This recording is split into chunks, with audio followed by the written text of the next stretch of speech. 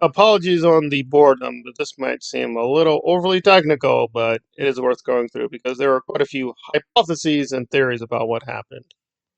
But let's get to the main big thing. So, DOA's channel is down. I believe the lore of the DOA is still up, but the main DOA channel is gone, apparently via copyright strikes by Kelli Copter and Aaron Smith-Levin. But some people are saying, no, it's not them. It's not YouTube. DOA has destroyed the channel because he's got this recent arrest. He has several court cases and is trying to get rid of a lot of videos and streams to hide the evidence. Another theory would be it's just a nice coincidence that these people applied the copyright strikes. His channel is offline. He was going to get rid of these streams and videos anyway, but now he can cover it up and say Aaron and Kelli just destroyed the channel, so he was put in a no-win situation. I don't know. I'm a little bit confused about who is telling the truth and who is lying here. I will briefly go through my own experience. I've had 2 copyright strikes on the channel. Those copyright strikes were very worrisome for months and months. I don't know the exact process of bringing your channel back because I never had that. I've been in definitely difficult situations. I've had 1 copyright strikes and 2 copyright strikes, usually apart from one another. So I don't know the exact process. A channel can come back, though. What I do know, and again, YouTube could be lying to me, is YouTube says it is not as simple as destroying the videos, right? So for my copyright strikes, those videos were basically taken out of circulation, and they're saying, listen, you still have these strikes. Even if you erase the videos, the strikes do not go away, which means even if he destroyed the videos in question that are being flagged for copyright issues, that does not really change the nature of the strikes. So presumably, either he will request through YouTube, and remember, DOA has a lot of legal experience. He's been in court quite a few times. So he's either going to pay the cost to bring the channel back through legal representation, or he will contest very soon the strikes. Because, right, YouTube gives you a time period to saying, okay, these are the strikes, you can push back.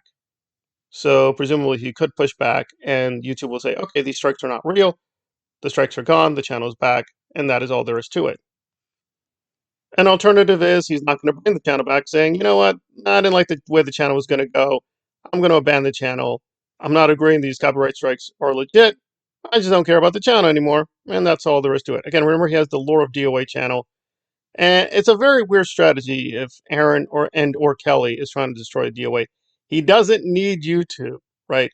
He said he's not monetized. Well, he's not monetized in the usual way. Like, I'm monetized with ads. Right? If you see a lot of my videos, they have ads. Not all videos have ads, but most of the videos have ads. He is not monetized in that sense. That's true. DOA has, I think, a monetized channel, but it's very weird. He has, from what I understand, channel members. He also does get some monetization because if you look closely, he sometimes has what's known as the red, right? You usually want to have a green status with monetization, but he's willing to take the red because in his videos, he curses a whole lot. He curses a lot. And YouTube is very hostile to that. You can do a lot of cursing, but beyond a certain point, they don't like it. They will demonetize you.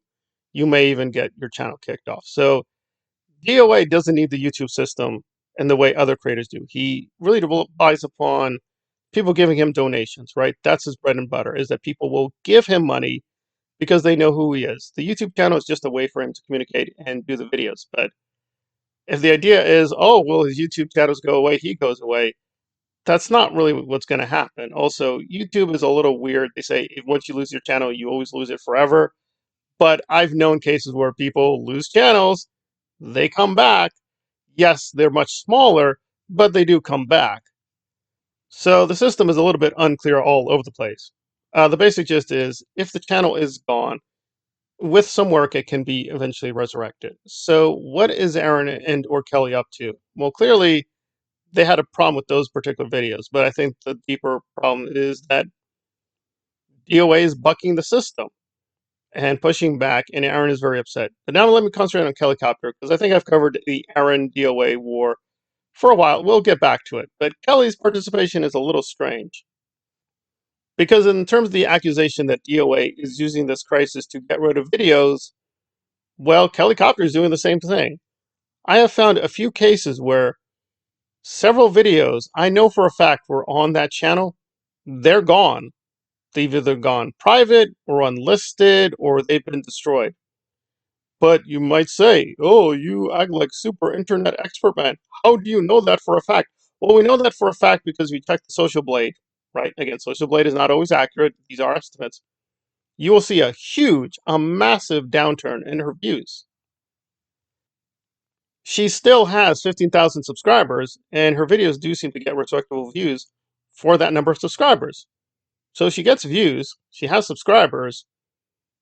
How did she lose all these views? The only way is if she took away videos, because when you do that, YouTube subtracts those views.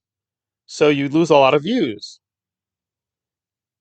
The basic punchline is when you look at her channel, that is not the real channel. It has been altered. Now, why did she get rid of the videos? Is it for the same DOA reason? Is she doing something illegal? I doubt it. My thinking would be is they look bad. Because in one video, she's mocking the accusation that there's an Aaron cult. Now, unless you're really, really thick-headed, there's definitely an Aaron cult. The only question is the cult of Aaron Smith-Levin good or bad? I judge it's bad.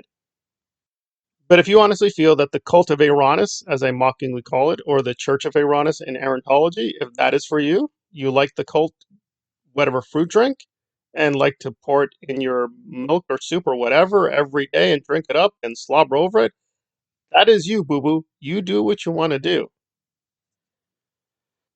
The problem was, only months ago, Kelly was mocking this, saying, oh, I'm with the Aaron cult. That is so funny. I'm Kelli Copter. I'm going to laugh at all that. Well, it's not so fun anymore because her videos kept announcing Mike Rinder, Claire Headley, the Aftermath people, and saying, oh, very disturbing questions about the Aftermath Foundation. The behavior of these Aftermath board members is very disturbing to Kelli Copter. Indeed. But what about the behavior of Aaron? Well, there she's a little more generous.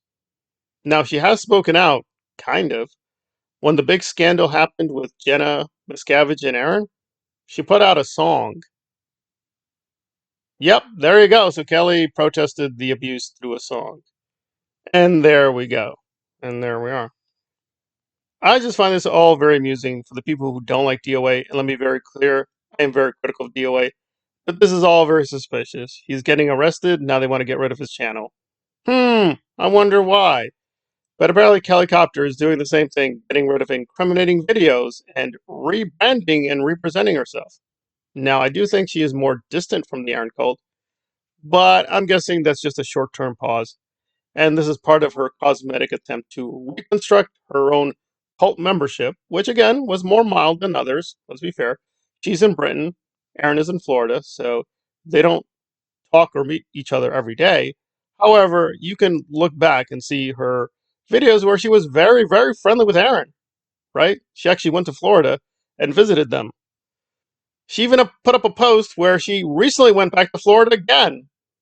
Now, what am I thinking that maybe while she's in Florida, she hung out with Aaron again? But hey, being fair, I don't know for a fact that she and Aaron are, getting together. But given his past record, why do I think they're getting together? To discuss quantum physics. Because that's what Aaron does with his women. He discusses quantum physics. I'm being ironic. So anyway, the basic gist is that Kelli Copter is a really ugly, stupid, evil grifter. So I don't take her copyright strikes seriously. I mean, they're serious in terms of YouTube. She'll strike you and try to destroy your channel, but really, what's the basis? I mean, I'd be curious if DOA tells us what the basis is. Was it an actual copyright strike, or was she, complaining about hate speech or something? I don't know, I'm curious. But anyway, that is where we are. The channel, for the moment, has been suspended because Kelly and Aaron want to have a very powerful cult, and he's King Aaron, and she's Queen Jenna. Where does Kelli Copter fit in? Maybe she's like the propaganda neo-Austrian painter knight that they rent out every 2 days. I don't know. Maybe she's like a donkey they keep in a stable at this point. I really don't care. I don't have much respect for this woman. I used to like her, but more and more her behavior and her shifty tactics, I don't know, leave a very foul taste in my mouth. But there we go. One grifter fighting another grifter, I guess.